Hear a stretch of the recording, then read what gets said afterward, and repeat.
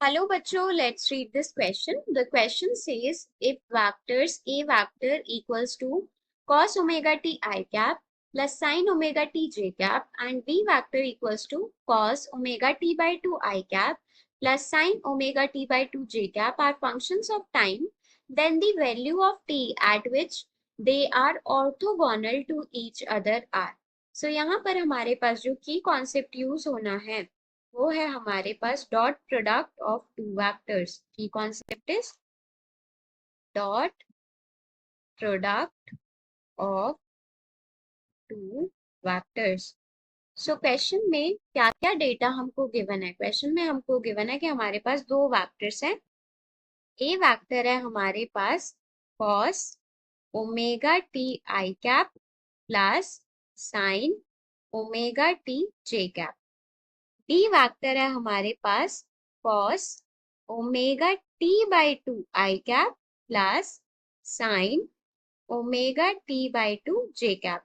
ये दोनों vectors orthogonal हैं। ऑर्थोगोनल मतलब दोनों वेक्टर्स के बीच का एंगल हमको 90 डिग्री गिवन है। सो हमको वो टाइम निकालना है जिस पे ये दोनों वेक्टर्स आपस में ऑर्थोगोनल हैं।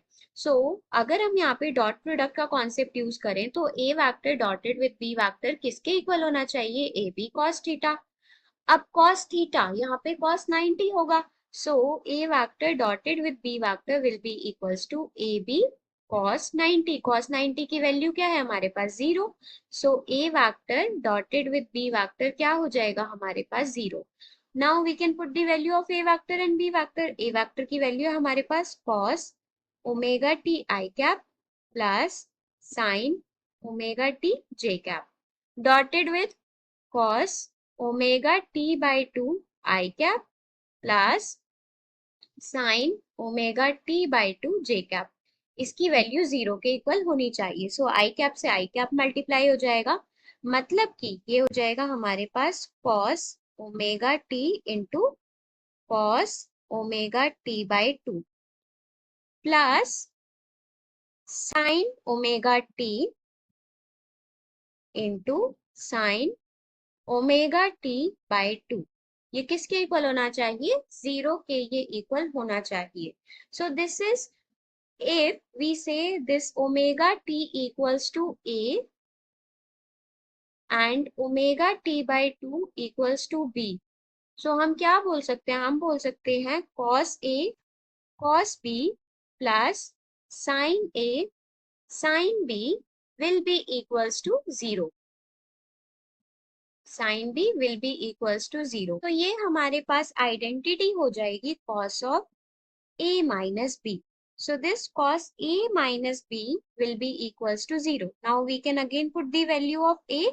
So ये हो जाएगा omega t minus omega t by 2 that will be equals to 0. अब cos omega T minus omega T 0 के इक्वल होना चाहिए। वो कब होगा? जब ये omega T minus omega T by 2 किसके इक्वल होना चाहिए? 90 डिग्री।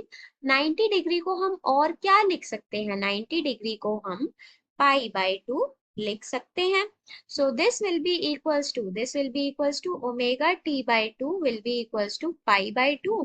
सो 2 से 2 कैंसिल आउट हो जाएगा और हमारे पास t की वैल्यू क्या आ जाएगी? Therefore, we can say that t will be equals to pi by omega.